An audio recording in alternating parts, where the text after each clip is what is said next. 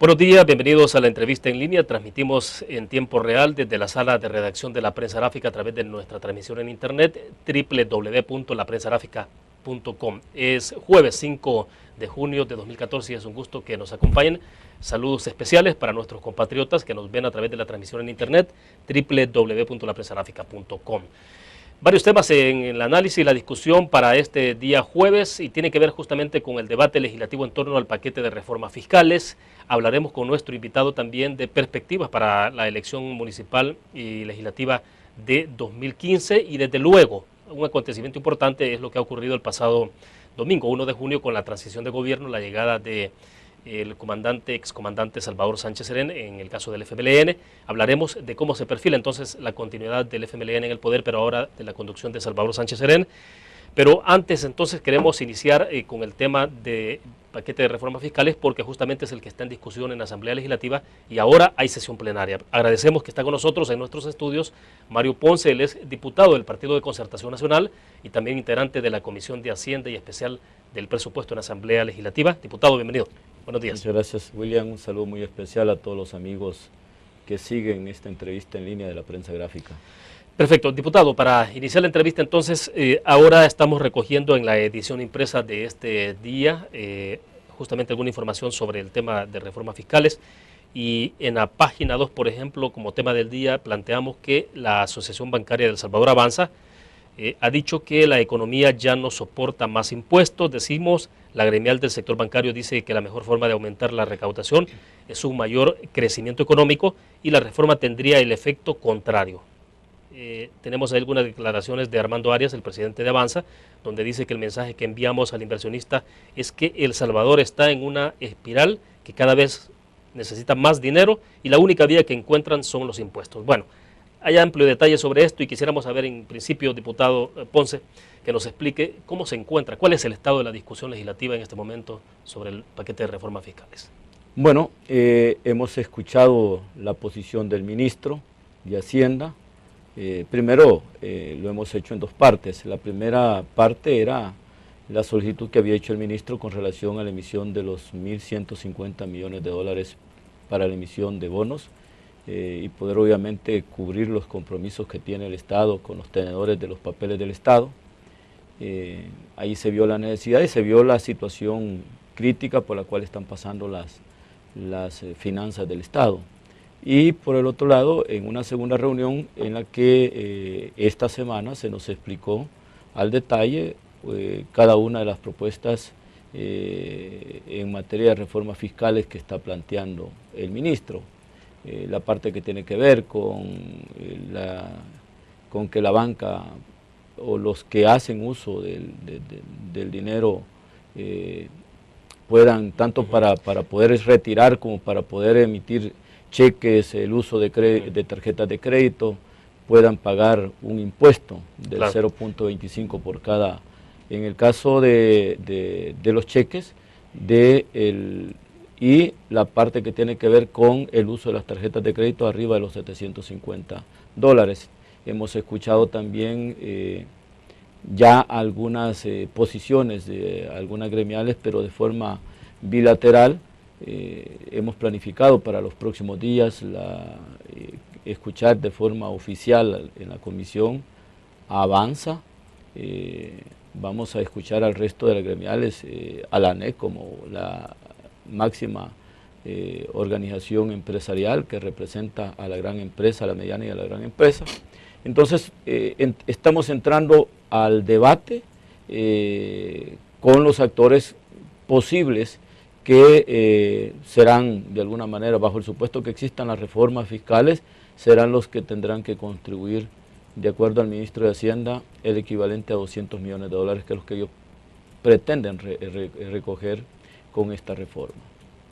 Ahora bien, entremos, en principio me gustaría escuchar un poco su opinión, diputado Ponce, en términos generales, sobre el paquete de reformas fiscales y el contexto en que llega la Asamblea Legislativa. Es un contexto adecuado. Siempre el tema de impuestos genera discusión, genera polémica, y creo que no hay un país en el mundo donde no haya incluso resistencias, válidas o no, las hay, porque bueno, es sacar dinero de la bolsa, ¿no? Entonces, pero en la generalidad, ¿cómo observan ustedes el paquete de reformas fiscales? Porque podemos entrar ya al detalle para saber si es que ustedes tienen objeciones a profundidad sobre ciertos temas, si hay unos que ustedes los pueden avalar, si hay otros que definitivamente no, pero en general, ¿cómo se observa el paquete? Mira, yo creo que este tipo, voy a hablar en términos generales, cómo vemos nosotros el conjunto de reformas planteadas por el ministro de Hacienda. No sé si lo hicieron de forma precipitada, pero hay cosas obviamente que no tienen un orden lógico, por un lado. En segundo lugar, hemos visto que estas reformas en efecto las han elaborado con mucha hazaña en contra de la clase media, cuando ha sido la clase... ¿Tanto así? Sí, claro. Y tanto es así de que prácticamente palabras más, palabras menos, y yo le hice una repregunta al ministro de Hacienda cuando él dijo que con estas reformas él pretende combatir el consumo. Entonces es bastante contradictorio cuando en este país... ¿Lo dijo en esos términos el ministro? En esos términos, y lo volvió a repetir. Puede revisar la intervención del ministro el día lunes en la Comisión de Hacienda, que me pareció demasiado fuerte, porque este país, de acuerdo a los estudios presentados, de acuerdo a los estudiosos, a los que habían elaborado un estudio sobre los países consumistas, este era el tercer país catalogado como de los países más consumistas del mundo. Entonces, y que estas medidas tributarias iban a permitir combatir el consumo. Bueno, yo pregunto, ¿cómo es posible que el ministro venga y diga que estas reformas fiscales son para combatir el consumo cuando el impuesto más importante que tiene este país es el impuesto al valor agregado por el consumo? Entonces, donde se reciben 2.085 millones de dólares para cubrir el plan de gasto de cada año fiscal, por lo menos eso fue la del 2013. ¿Cuánto la cifra, perdón? 2.085 millones, 650.000, algo así. ¿Solo de IVA? Solo de IVA. Entonces, y de renta se reciben alrededor de 1.600 millones de dólares. Eso te hace un monto te llega un poquito más allá de los 3.600, 700 millones. O sea, casi llegamos a los 400, a los 4.000 millones de dólares para poder cubrir el plan de gasto. El resto viene de otros rubros como contribuciones especiales, aranceles, etcétera, etcétera. Entonces, cuando él plantea eso, me parece que es contradictorio. Dice que quiere recaudar 210 millones de dólares más, pero que las reformas también le buscan combatir el consumismo en este país. Entonces pareciera que aquí lo que quieren es limitar a que los salvadoreños que dinamizan la economía, en esto me refiero a la clase media, los que empujan cualquier economía en el mundo, y que son siempre los sacrificados, también hay algo que ve en contra de ellos, como un resentimiento, ¿verdad? No es que esto no deben de gastar más, no deben de consumir mucho, ¿verdad? Entonces, si alguien se esfuerza y es un profesional exitoso, si es un empresario exitoso, un mediano empresario, un pequeño empresario exitoso, ¿por qué le voy a limitar o quiero de alguna manera restringirle el derecho a que él consuma? Y no para eso trabaja, y no es para eso tributa. Si trabaja, tributa, y si tributa, hay ingresos para el Estado. Entonces yo lo veo de forma muy contradictoria. Tú puedes revisar la entrevista que obviamente le hicimos, la intervención cuando él hizo su segunda presentación en la Asamblea. Decía, hay un dicho que es bastante fuerte, pero hay un dicho que dice de que a veces en algunas cosas las personas, en sentido figurado desde luego, se pueden dar un tiro en el pie. Le traigo a colación esto porque cuando uno piensa, justamente lo que se argumenta, los economistas argumentan es que mientras las familias tienen más dinero disponible, más posibilidades, ellos compran, gastan capacidad adquisitiva y capacidad de compra. Por lo tanto, eso es lo que dinamiza las economías, porque entonces genera más ingresos al fisco. O sea, desestimular entonces la capacidad de consumo de la población implica bajar la recaudación tributaria. En efecto. O sea, ¿es eso lo que ocurre? Por eso es lo que yo decía, es contradictorio. Entonces, ellos se quieren ir a una tercera, esta sería prácticamente la tercera o posiblemente la cuarta reforma fiscal en la que en la que se pretende hacer tributar más a los mismos que se hicieron tributar con las reformas del 2009, a los mismos que se han hecho tributar con las reformas del 2011 y a los mismos que se han hecho tributar con las últimas reformas que hicimos casi al final del 2011 para que surtieran efecto en el 2012. Entonces, ya yéndonos a las reformas puntuales, William. Perfecto, debo hacer una pausa, entonces creo que es oportuno que hagamos la pausa. Cuando regresemos entremos un poco más al detalle, porque son en total 6 o 7 impuestos. Son alrededor de 5 o 6 impuestos. 5 impuestos, la ley de imprenta, leyes en general son sí, más, ¿no? Reforma fiscal, las reformas a la parte financiera, las reformas a los bienes suntuosos, claro. Las reformas al Código Tributario, sí, son 5. Perfecto. Vamos a una pequeña pausa, regresamos y entramos un poco más al detalle y sobre todo la parte también hasta de cuál es el efecto que tiene esto sobre la clase media.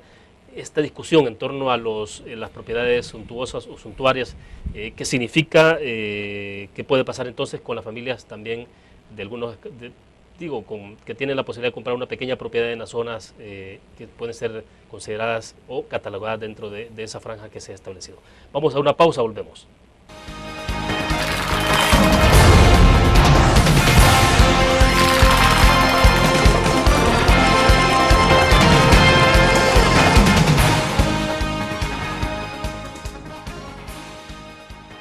Ingresa gratis a un nuevo nivel de lectura. Desde tu computadora, busca en nuestra página web el link del kiosco LPG. Regístrate y listo. Escoge tu lectura.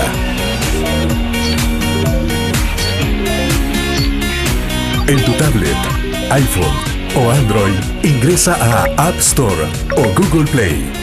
Busca kiosco LPG. Descarga la aplicación y disfruta de todas nuestras publicaciones digitales. Grupo Dutriz. Multiplicamos la forma de informarte.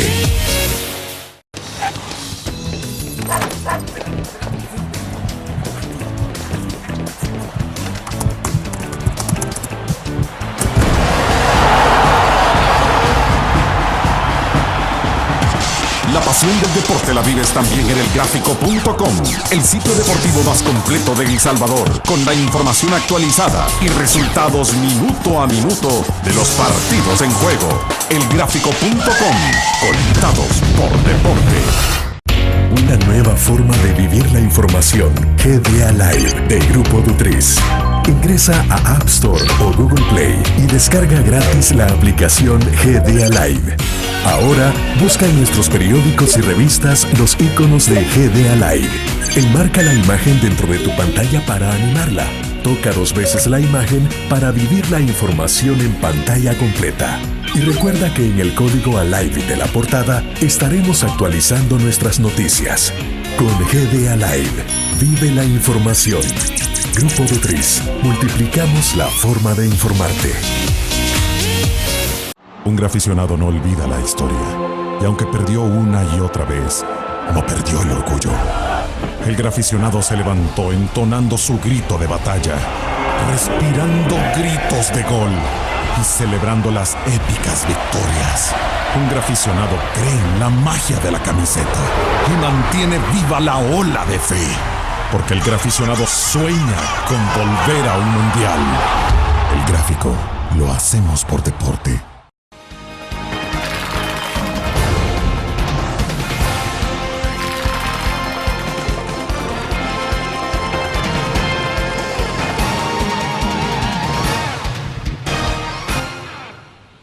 Diputado Ponce, entremos al detalle de las reformas en términos de las consecuencias que tienen y las prioridades que tendría para ustedes, cuáles son, digamos, las más sensibles para la población, finalmente, porque creo que la gente estará pendiente, sobre todo porque también está observando una intensa campaña que hay en los medios de comunicación sobre el impacto que esto tendría sobre el precio de los productos en general, las medicinas, los alimentos.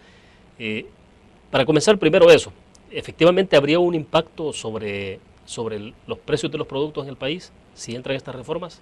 Claro que sí. Creo que la que más puede impactar son las reformas financieras, en la que a cualquier salvadoreño que hace un gasto de $750 en cualquier negocio, se le cobre un impuesto por hacer uso de ese monto, o sea, de ahí para arriba.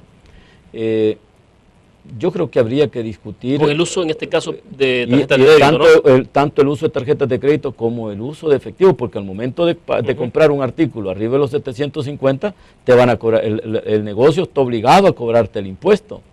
O sea, no es exclusivamente con tarjeta de débito, ni la emisión de cheque. En un primer momento, o sea, es entendido, emisión, ¿no?, de cheque, tarjetas de crédito y hasta con el uso de efectivo, porque si es que es el monto, el uso de ese monto es por el cual tú tenés que pagar. Por lo tanto, la empresa a la cual, o el negocio a quien yo le gaste 750, en efecto, está obligado a cobrarme el impuesto que determina la ley. Nosotros hemos hecho algunos ejercicios y en efecto se vuelve prácticamente un impuesto en cascada, porque no solo lo paga una persona en el caso de la emisión de cheques o en el caso de las tarjetas de crédito. Él dice que las tarjetas de débito no van a tener, claro que van a tener. Entonces ya hicimos los ejercicios. En un primer momento se habló únicamente de tarjetas de débito. Sí. Él ha reiterado que es sobre tarjetas de débito nada más. Sí, pero entran las tarjetas de crédito. Entran las tarjetas Rodolfo de crédito. Parker del PDC hace 2 semanas más o menos compartió con nosotros acá y él decía eso. Sí. O sea, ya hoy ustedes que han hecho la lectura reposada de la ley, sí se incluye. Se incluye, y es que cuando ya te empezás a hacer los ejercicios, porque cuando vos cuando vos elaborás una ley, especialmente en la parte tributaria, haces ejercicios matemáticos, o sea, haces simulaciones, y te haces simulaciones, qué es lo que pasaría, digamos, una vez surtan efectos estas reformas, y empezás a hacer ejercicios, y te das cuenta cuando pasa de una mano de uno a un tercero, y de ese tercero hasta que termine el proceso, cuánto termina pagando esa operación. Entonces, sí nos dimos cuenta que al final terminan recaudando, si estamos hablando que por cada $1,000 vas a pagar el 0.25, son $2.50, estamos hablando de que al final terminan pagando $10 el contribuyente de forma indirecta. O sea, hay un círculo en el que se te va cargando el impuesto en cascada, o sea, es bastante fuerte. Luego, lo otro que creo que también hay que revisarlo y hay que, de alguna manera, analizarlo de forma muy detenida, es el hecho de que se pretende, digamos, con esta reforma, gravar, entre comillas, los bienes suntuosos. Entonces yo pregunto lo siguiente: cuando tú como profesional exitoso, no vamos a decir, porque los empresarios exitosos y grandes se pueden contar con los dedos de la mano. Por eso es que nosotros hablamos que los que dinamizan la economía es la clase media. Los profesionales exitosos, los empresarios medianos, los emprendedores que emprenden de forma individual o como familia un negocio, son los que dinamizan la economía del país. Y te ponía el ejemplo: cuando tú termina el año, distribuyes utilidades, y antes de distribuir utilidades tú ya has pagado un impuesto por esas utilidades o esas ganancias que obtuviste. La ley del impuesto sobre la renta no te salvan, no te dejan fuera. Entonces, se distribuyen las utilidades, y tú, como buen profesional, como buen empresario mediano o pequeño, decides, sacrificar a tu familia. Le decís a tu esposo o a tus hijos: no vamos a salir, vamos a invertir, ¿verdad? Vamos a comprar un lotecito en Chalatenango, en la zona alta, vamos a comprar un lotecito de unos $10, $15,000 allá en la playa. Entonces, y despacio, en los años siguientes, pensás en construir un lugar para poder ir a disfrutar con tus hijos. Claro. Sacrificás a tu familia y tus ganancias, que ya pagaron impuesto, no te las fuiste a gastar en un viaje a Europa, en un viaje a Estados Unidos, a Sudamérica. Claro. Creíste en El Salvador e invertiste en El Salvador. Claro. ¿Y qué hiciste con esas utilidades que te las pudiste haber gastado en un viajecito con tu familia? Vos lo que hiciste fue, contrataste a un albañil, contrataste trabajadores, compraste cemento, compraste hierro, le contrataste al transportista que jala la arena de la mina de arena del río más cercano, claro. Y empezás, o sea, ¿cuánto en cadena le generaste más ingresos al Estado por eso que compraste? ¿Cuántos empleos sosteniste? O sea, creaste de forma temporal por no haberte ido a gastar el esfuerzo de tu trabajo y lo invertiste. Sí, claro. Hoy resulta que por lo que ya pagaste renta, por lo que ya pagaste con los materiales, ya pagaste impuestos por los materiales o insumos que utilizaste para la construcción de la vivienda, desde el hierro, cemento, ladrillo, duralita, y todo lo que necesitas para obviamente hacer tu lugar de descanso. Resulta que ahora ya pagaste renta, pagaste impuestos por ello, tenés que pagar un impuesto permanente, o sea, tenemos que castigarte a ti para que no hagas eso. Entonces eso, de alguna manera, por eso digo, es necesario hacer un análisis exhaustivo, porque eso lo que te va a permitir es que aquí ya nadie invierta en el país. O sea, que venga y salgan a gastarse parte de su esfuerzo, y eso es un mensaje negativo. ¿Sabes tú que una de las conclusiones de los debates que se han tenido sobre la crisis financiera mundial, en la cual golpeó de forma severa a muchos países sin excepción, ¿verdad? Estados Unidos fue uno. El caso, por ejemplo, España, que pusimos en un foro, debatíamos el tema, todos los que conocimos el boom de España, donde los españoles tenían ingresos, salarios buenos, había prácticamente un crecimiento y un dinamismo de la economía de España, pero fuertísimo. Entonces uno dice, bueno, ¿cómo es posible que España, cuando se iba viendo ese auge, ese boom de la construcción, ese boom donde los españoles viajaban a cualquier parte del mundo, a la conclusión que llegaron muchos dentro de ese foro es que los españoles no pensaron en el futuro, no pensaron en el mañana. Se gastaron los ingresos que tenían, se los gastaban en salir con sus familias a pasear por todo el mundo, a conocer el mundo entero. Nunca pensaron que iban a tener una crisis, nunca pensaron en que era bueno el ahorro, que era bueno invertir en España. Entonces, cuando viene la crisis, se quedan sin trabajo, pierden la casa en la que vivían, porque nunca invirtieron o compraron la casa, no tuvieron ni la capacidad de venir y pagar la casa al banco, porque se dedicaron a viajar, a despilfarrar parte de su esfuerzo. Entonces, cuando cae la crisis, empieza la banca a embargar.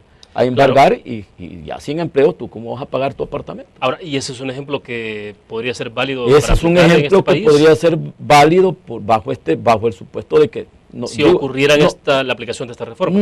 Yo lo pongo como ejemplo por el simple hecho de que estos salvadoreños que pensaron en ahorrar y que no hicieron lo mismo que han hecho los españoles y que han invertido en un lugar de recreación para su familia, porque es producto de su esfuerzo, es producto de su trabajo, los querrás castigar. Simple y sencillamente lo que hubieran hecho, hubieran pagado su par de habitaciones para su familia por 15 días en cualquier país del mundo y se hubieran ido a gastar ese dinero. ¿A dónde hubiera quedado esas divisas? ¿A dónde hubieran quedado las ganancias del esfuerzo del trabajo de ese año? Ahora, ¿de qué manera, diputado, hay excesiva discrecionalidad en ese impuesto en particular? Porque, bueno, en la playa no solo hay ranchos de lujo, o sea, hay mucha gente pobre que vive también en esos sectores. Sí. ¿Cómo se va a hacer la estratificación? O sea, ¿cómo va a ser las diferencias? ¿Cuáles pueden ser los criterios en todo caso? Lo que pasa es de que no aplica a la gente que vive en la playa simple y sencillamente porque son casas de habitación de ellos. Lo que la figura fiscal lo que pretende es que aquella casa, aquel lugar de ocio,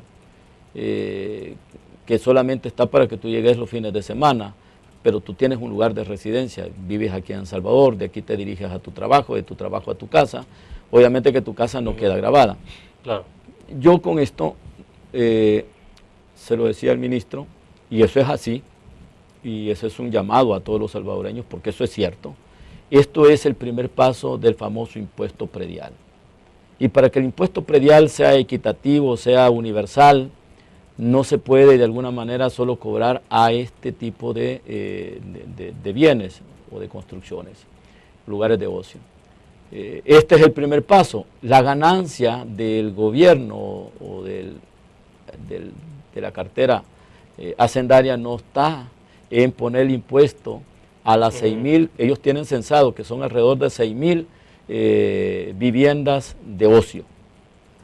El negocio de esto, del predial, porque este es un primer paso del predial, o sea, está en grabar, en poner o sea, impuesto a todo, está en el 99.99 de todas las viviendas del país y de todas las propiedades del país. Es que este es el primer paso. ¿A dónde está el boom del ingreso de este impuesto? Es que esto se vende bonito cuando venís y vas a grabar, ¿verdad? Porque alguien va a decir, no, que paguen, ellos tienen ganancias. Lo que pasa es que no se dan cuenta que a la vuelta de la esquina lo van a generalizar, porque el impuesto tiene su impacto en las finanzas de forma positiva, en las finanzas del Estado, cuando tú lo generalizas y te dice el Estado, todos están obligados a pagar predial.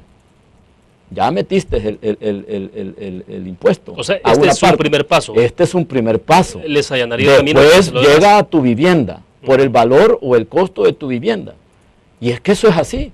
Revisar cómo funciona el predial en Costa Rica, cómo funciona el predial en Guatemala, cómo funciona el predial en México, Colombia, en todo el mundo. Es que el impuesto va a los bienes, a las viviendas y a las propiedades, no importa qué tipo de actividad desarrollen en ella. Pongo el ejemplo, una propiedad que esto, tal como lo vemos ahí, es así, porque ellos hablan de lugares de ocio y parcelas. Más adelante te desarrollan parcelas o lotes que tú tenés. Tú estás pagando un lote en una lotificación porque estás pensando que más adelante le vas a construir la casa a tu madre. Por ese lote, por estar sin construcción y que no le estás sacando ningún lucro, tú vas a tener que pagar. Ahora bien, pero entonces ya incluyen entonces la parte de ocio, pero cuando hablan de lotes, sí, de más adelante hablan de lotes. Pero no están hablando de ubicados en esos lugares. No, donde se puede construir. No, te lo hablan en forma general. No te lo especifican, digamos, no se van directamente, digamos, los lotes que están ubicados. Echa la ley, echa la trampa. La ley, echa la trampa. Entonces, este es el primer paso para imponer el impuesto predial, porque ahí es donde está el negocio. Ponerle cuántas viviendas hay en todo el país, o cuántas propiedades, cuántos propietarios hay de vivienda y de propiedades que no están, donde no existe construcción. Es que el gran negocio está allí, porque de ahí puedes sacar el equivalente a 3.000, 4.000 millones de dólares anuales, bajo el supuesto que le pongas cuánto puede costar tu vivienda. Ponerle $50.000, ya, que les haya sacado. Ponerle el 1% a los 50.000, ¿cuánto pagarías al año por ser dueño de tu vivienda? Y multiplicarlo por todos los salvadoreños que tienen vivienda. Es que este es el primer paso, esta es la punta del iceberg. Entonces, la intención está clara. Y el impuesto predial no puede cumplir con los criterios de generalidad, de equidad tributaria, porque no solamente se tiene que gravar, en este caso en particular, los bienes suntuosos, ¿vea? Que por eso es que es bonito y es fácil de manejar, ¿vea? Digo esto en términos de opinión pública, digo, porque hay gente que dice, ellos bueno, sí, que paguen los ricos, si tienen plata, entonces que paguen. O sea, es la misma cantaleta, siempre es la misma, el mismo lenguaje que se utiliza, porque eso es como ir en contra de quienes tienen, que son los que sostienen la economía del país, son los que hacen dinamizar la economía del país, para venderlo de forma,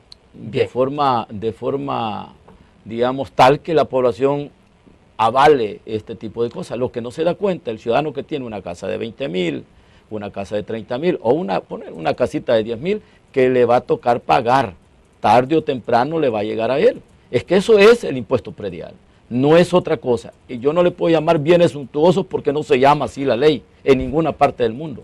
Se llama predial. Bien, vamos a la pausa comercial. Cuando regresemos, ¿qué va a pasar finalmente? En el caso del Partido de Concertación Nacional, ¿podrían dar los votos o bajo qué condiciones o bajo qué criterios ustedes darían los votos? Vamos a la pausa, regresamos.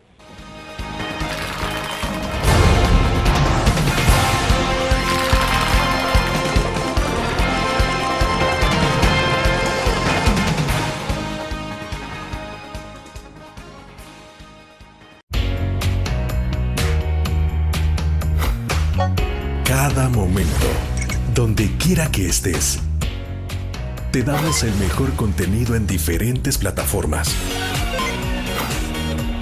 para que tú escojas el medio para informarte. Y ahora con Grupo Dutris Alive, la nueva aplicación digital. Vive la información como una nueva experiencia. Multiplicamos la forma de informarte. Grupo Dutris. Un graficionado no olvida la historia, y aunque perdió una y otra vez, no perdió el orgullo. El graficionado se levantó entonando su grito de batalla, respirando gritos de gol y celebrando las épicas victorias. Un graficionado cree en la magia de la camiseta y mantiene viva la ola de fe, porque el graficionado sueña con volver a un mundial. El gráfico lo hacemos por deporte. Ingresa gratis a un nuevo nivel de lectura. Desde tu computadora, busca en nuestra página web el link del kiosco LPG. Regístrate y listo. Escoge tu lectura.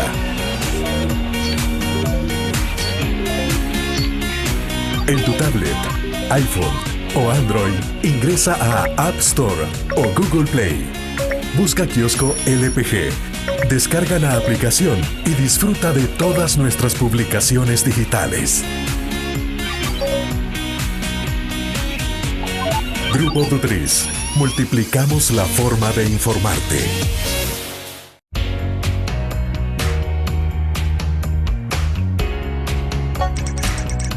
Cada momento, donde quiera que estés, te damos el mejor contenido en diferentes plataformas para que tú escojas el medio para informarte. Y ahora con Grupo Dutris Alive, la nueva aplicación digital. Vive la información como una nueva experiencia en tu periódico. Multiplicamos la forma de informarte. Grupo Dutris.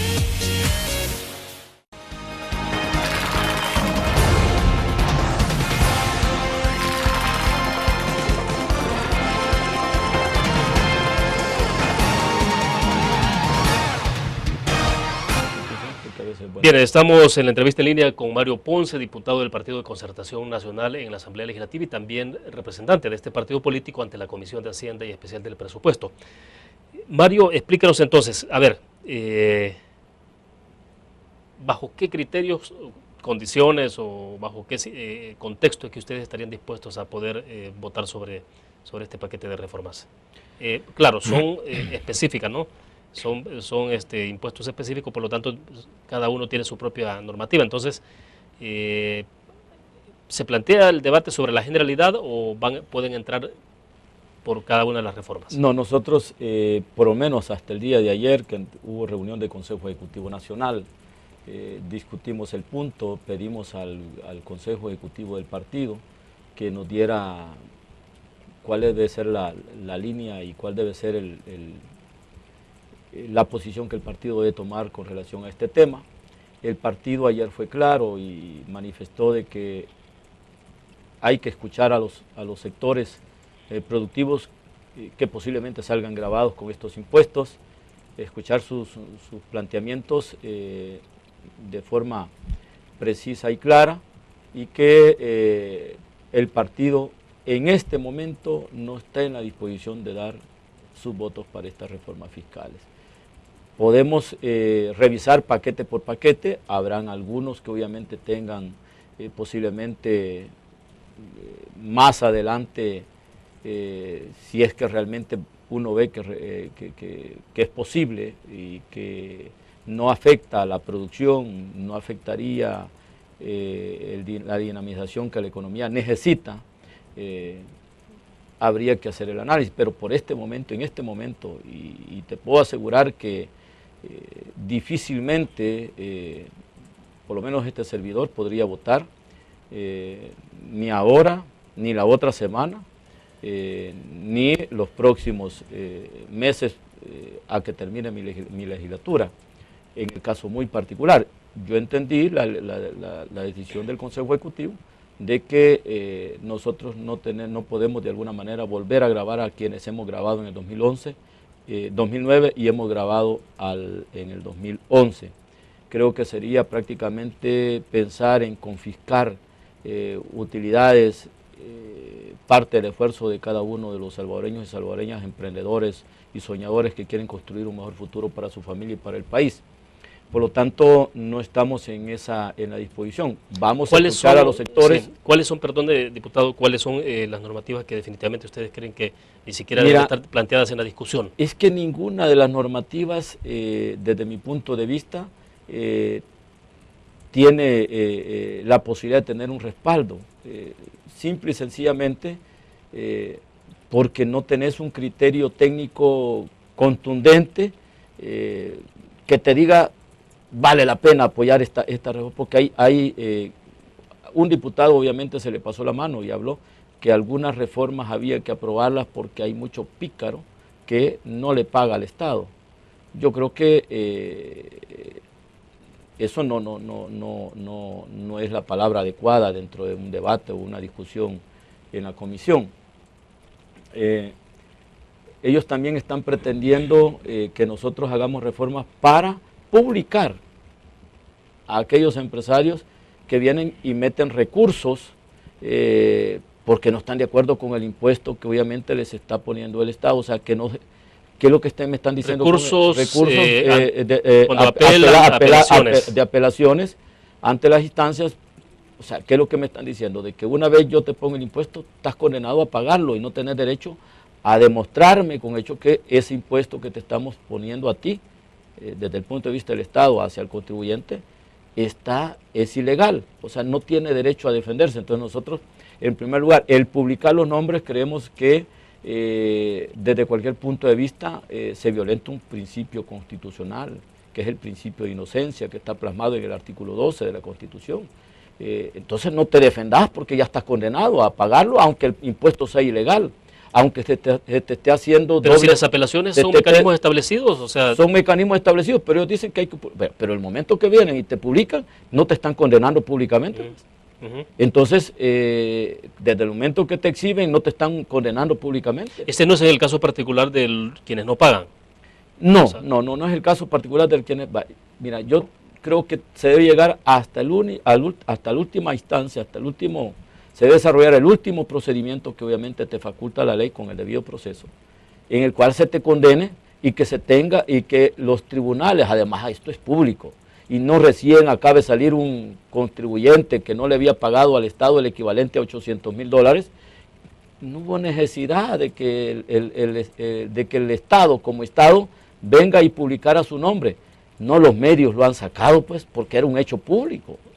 Desde el momento que actúa la Fiscalía, en conjunto con las autoridades hacendarias, el hecho va a ser público, pues pero ya ahí no había forma de que el contribuyente viniera, mire, no me saquen públicamente porque van a dañar mi imagen o van a dañar a mi empresa. Ahora, pero esto es dejar abierta entonces la puerta a que sea por iniciativa que el ministerio publique entonces.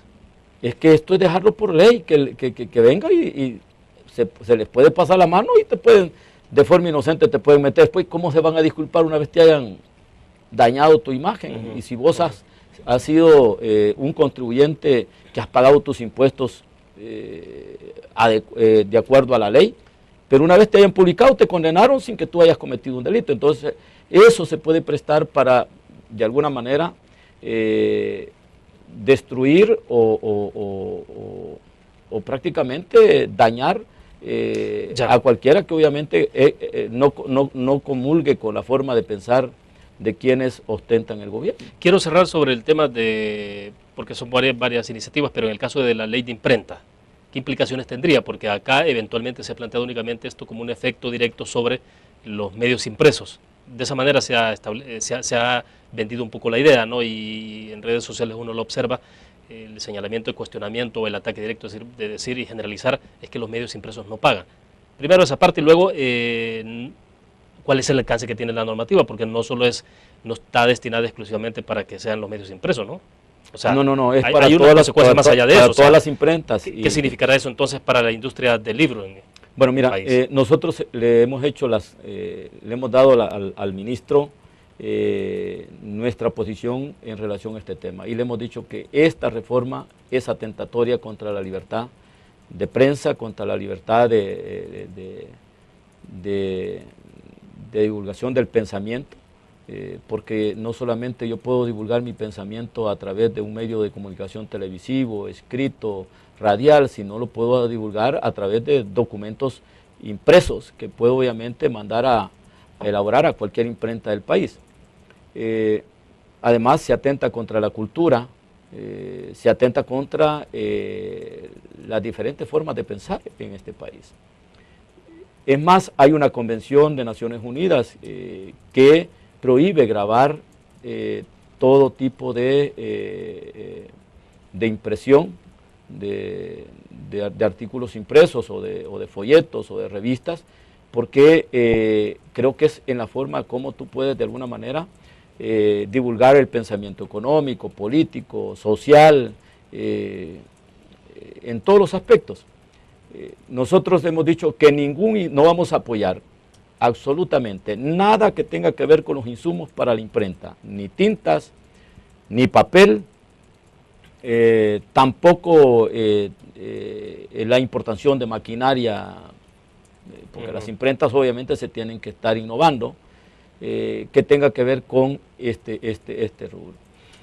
Ellos aducen de que los empresarios, los accionistas de los medios escritos o las imprentas, al momento de hacer su declaración no pagan impuestos. Eso no puede ser, porque el impuesto sobre la renta es universal.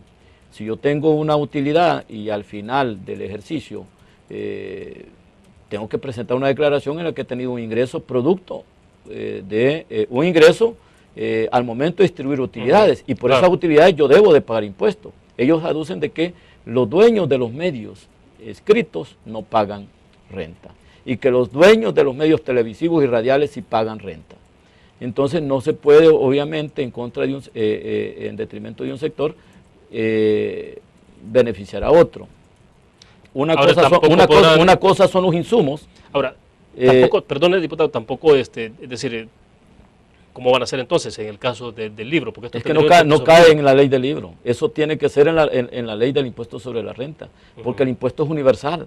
O sea, todo aquel que tenga una utilidad, por muy pequeña que sea, está obligado a pagar renta. Así lo dice la ley. Entonces, y lo que dice el ministro, eso no me consta a mí. Yo quiero aclararle a los dueños de medios y a los dueños de imprenta que eso no me consta a mí. Esas son las palabras del ministro, que dice que no pagan impuestos, que no pagan renta. Entonces no es aquí en la ley del libro, la ley de imprenta, donde se tiene que hacer la reforma para poder de alguna manera hacer que paguen renta quienes obtienen una utilidad, sea quien sea.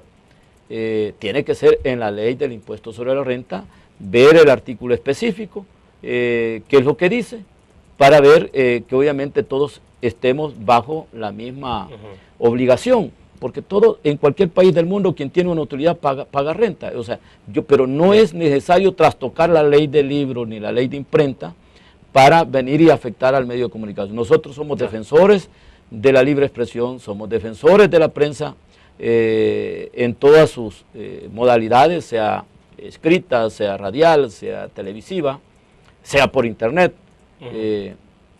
Además, yo le manifestaba de que los medios escritos son recolectores del IVA en en grandes montos. Y yo le mire, porque no me presenta a mí un cuadro de cuánto le genera el diario de hoy, la prensa gráfica, el diario del Mundo, por todos los anunciantes que se dan ahí. Claro. Pero es que, pues sí, pero es que ellos han construido una empresa editorial, una empresa de prensa escrita que tiene una cobertura nacional en la cual yo me anuncio, pero estoy obligado a pagar IVA por ese anuncio.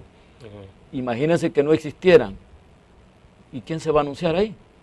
Si yo no voy a poder, obviamente, hacer llegar mi mensaje, cuánto es lo que colabora, cuánto aporta la prensa escrita a las finanzas del Estado. Hagamos la suma, presénteme un cuadro de cuánto anualmente por los anuncios. Entonces, no, ahí no me quiso, obviamente, tocar ese tema, porque él sabe que aquí son millones los que se le transfieren al gobierno central, al fisco, por los anunciantes que se anuncian en la prensa gráfica, en el diario de hoy, en el diario Mundo, en el Colatino, en Michero. ¿Cuánto paga? Un comunicado, por ejemplo, comunicado de cualquier institución, se paga IVA al momento de pagar. Si yo el espacio me cuesta $2.000, ¿y cuánto es el 13% de $2.000? Claro. $260. Bueno, perfecto. Dejamos el punto ahí. Necesito hacer la última pausa comercial. Cuando regresemos al cierre, entonces, ya hablemos un poco sobre 2015, pero también un poco en perspectiva de lo que ha ocurrido el 1 de junio con el traspaso de gobierno a Salvador Sánchez Serén. Ya volvemos.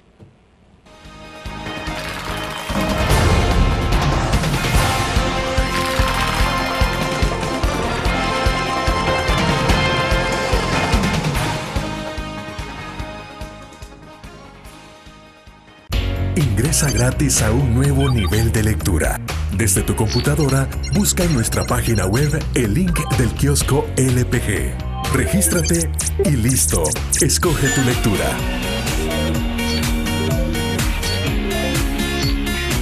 En tu tablet, iPhone o Android, ingresa a App Store o Google Play. Busca kiosco LPG. Descarga la aplicación y disfruta de todas nuestras publicaciones digitales. Grupo Dutriz. Multiplicamos la forma de informarte.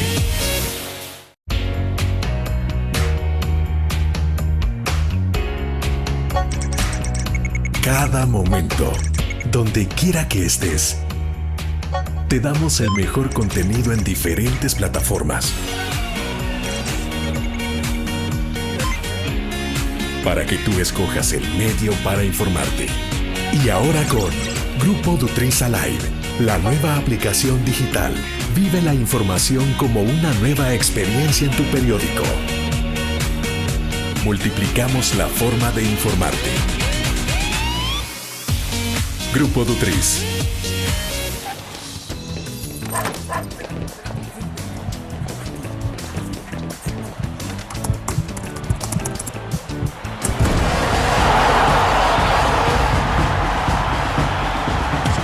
La pasión del deporte la vives también en elgráfico.com, el sitio deportivo más completo de El Salvador, con la información actualizada y resultados minuto a minuto de los partidos en juego. Elgráfico.com, conectados por deporte. Una nueva forma de vivir la información. GDA Live de Grupo Dutriz. Ingresa a App Store o Google Play y descarga gratis la aplicación GDA Live. Ahora, busca en nuestros periódicos y revistas los iconos de GDA Live. Enmarca la imagen dentro de tu pantalla para animarla. Toca 2 veces la imagen para vivir la información en pantalla completa.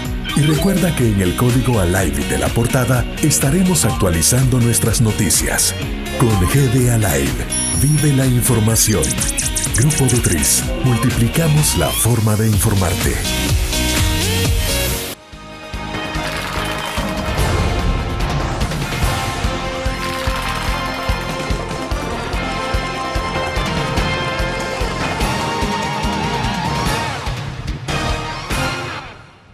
Diputado, los últimos minutos que nos quedan, hablemos un poco del discurso del presidente Salvador Sánchez Serén el pasado domingo 1 de junio, un poco cómo lo han interpretado ustedes en Concertación Nacional, qué señales, qué luces recogen ustedes de ese discurso respecto de los 5 años anteriores, y viéndolo a futuro. Y hablamos también entonces de 2015, cómo se está preparando, pero del discurso, ¿qué impresiones les queda?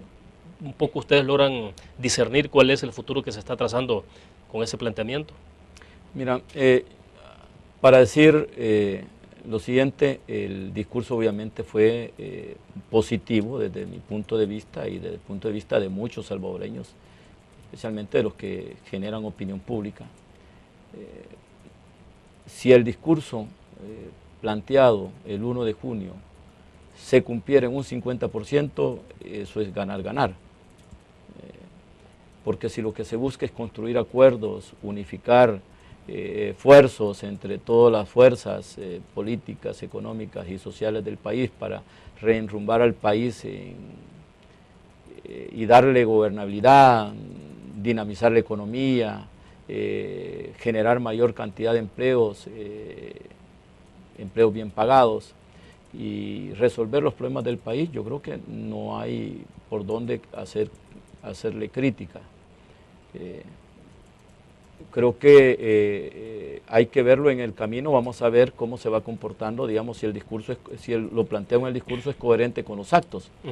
Porque cuando inmediatamente el mismo 1 de junio, en la toma de posesión y en la juramentación del presidente por parte de la Asamblea Legislativa, escuchamos un discurso, más tarde escuchamos el discurso de la máxima dirigencia del partido en el poder, que iba como contradiciendo y no era un discurso conciliador, pues ya en la tarde en la plaza pública, Gerardo Barrios, no era un discurso conciliador con relación al discurso de la toma de posesión, porque el partido estaba diciendo otra cosa contraria a la que el presidente Sánchez Serén había planteado la mañana. ¿Y eso no tendrá que ver por los manejos, los mensajes mediáticos, o para acá ciertos segmentos que se envíe ese mensaje, por ejemplo, un mensaje de la toma de la investidura y saber a qué público se le está hablando y el otro es más a la militancia? No, William, yo creo que hay que serlo y hay que parecerlo. Tú no puedes tener dos discursos porque perdés credibilidad. Y en ese sentido lo deja a uno un poco en duda qué es lo que quieren, porque allá llegan a hacer señalamientos y volver a lo del pasado, cuando ellos ya son parte del pasado, porque ya pasaron 5 años en el gobierno y creo que el discurso de su máxima dirigencia no debe ser confrontar, bajo el supuesto que en la toma de posesión el presidente habló de unificar, unamos esfuerzos, ¿verdad? Porque el país es de todo, hay diversidad ideológica, diversidad de pensamiento. Eso fue lo que planteó el presidente Sánchez Serén, pero más tarde su dirigencia no estaba de alguna manera siendo coherente con el planteamiento del presidente de la República. Entonces, ante ese escenario, ustedes lo que hacen es entonces ver más que las palabras, los hechos. Claro, entonces ahí uno empieza a hacer su propio análisis. Bueno, y entonces, ¿qué es lo que quieren? ¿Por qué se están contradiciendo? Porque debe haber coherencia entre lo que se dice en la mañana y lo que se dice en la tarde, pero en el mismo día hubo contradicción. Digo esto que ojalá sea digamos, una ligereza por el hecho de manejar un mensaje mediático para la gente que estaba ahí reunida en la plaza pública, y los medios no transmiten todo, pues al final el mensaje llegó de la misma forma como llegó en la mañana, como llegó en el transcurso de la tarde, o sea, claro. Entonces la misma gente que lee, que ve televisión, que escucha radio, dice, bueno, entonces se están contradiciendo, no hay nada a quién creerle, le creo a la dirigencia del partido, le creo al presidente de la República. Entonces nosotros creemos de que el planteamiento hecho por el presidente, donde él ha manifestado de que va a hacer los esfuerzos para hacer crecer la economía, no tiene que ser coherente y tiene que buscar los mecanismos para lograrlo. Pero aún con las reformas fiscales lleva una contradicción, porque las reformas fiscales no te dinamizan una economía. Tú puedes resolver los problemas del país por varias vías, por la vía del crecimiento o por la vía impositiva. Por la vía del crecimiento es lo más viable porque te permite, William, que el contribuyente al tener más ingresos contribuya más. Pero por la otra vía, es cierto que de forma práctica te tasan parte de las utilidades que ya en las cuales ya pagaste ese impuesto y te vuelven a cargar tributariamente, pero te van asfixiando a ti y te van desanimando a seguir invirtiendo o a seguir expandiéndote como empresario. Entonces, por la vía impositiva no hay posibilidad de dinamizar la economía. Entonces, ahí hay una contradicción con el discurso. Bien. Entonces, y se ve de alguna manera, porque yo quiero decirlo, estas reformas fiscales han sido elaboradas con saña, porque se ve que hay saña en contra de la clase media, de quien siempre ha contribuido en este país.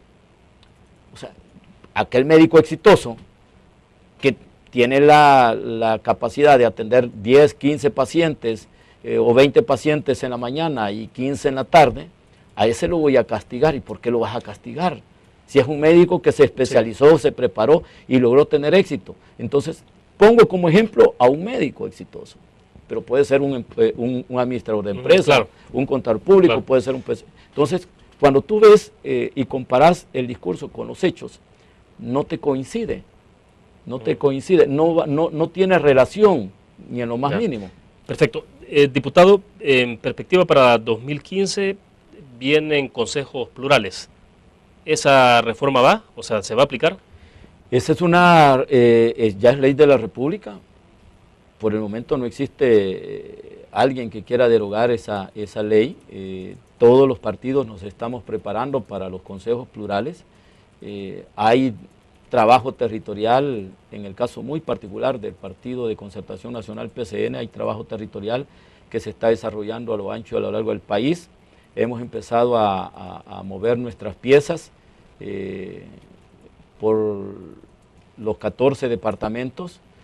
Nuestra meta es tener una mayor representación de alcaldes y alcaldesas en los 262 municipios, de poder lograr tener una mayor representación a nivel de consejos, de concejales en cada uno de los 262 municipios, en aquellas en los que nosotros no ganemos la alcaldía, eventualmente logremos meter miembros en los consejos municipales para empezar a desarrollar nuestro trabajo en función de las comunidades. Claro, ahora una curiosidad, en el marco de la representación en los consejos plurales, ¿tendría representación los primeros tres partidos políticos que obtengan más votación? ¿Cómo se define finalmente? Depende, si los liderazgos son demasiado competitivos, en algunos municipios entran 4 partidos, en otros entran 2, en otros 3.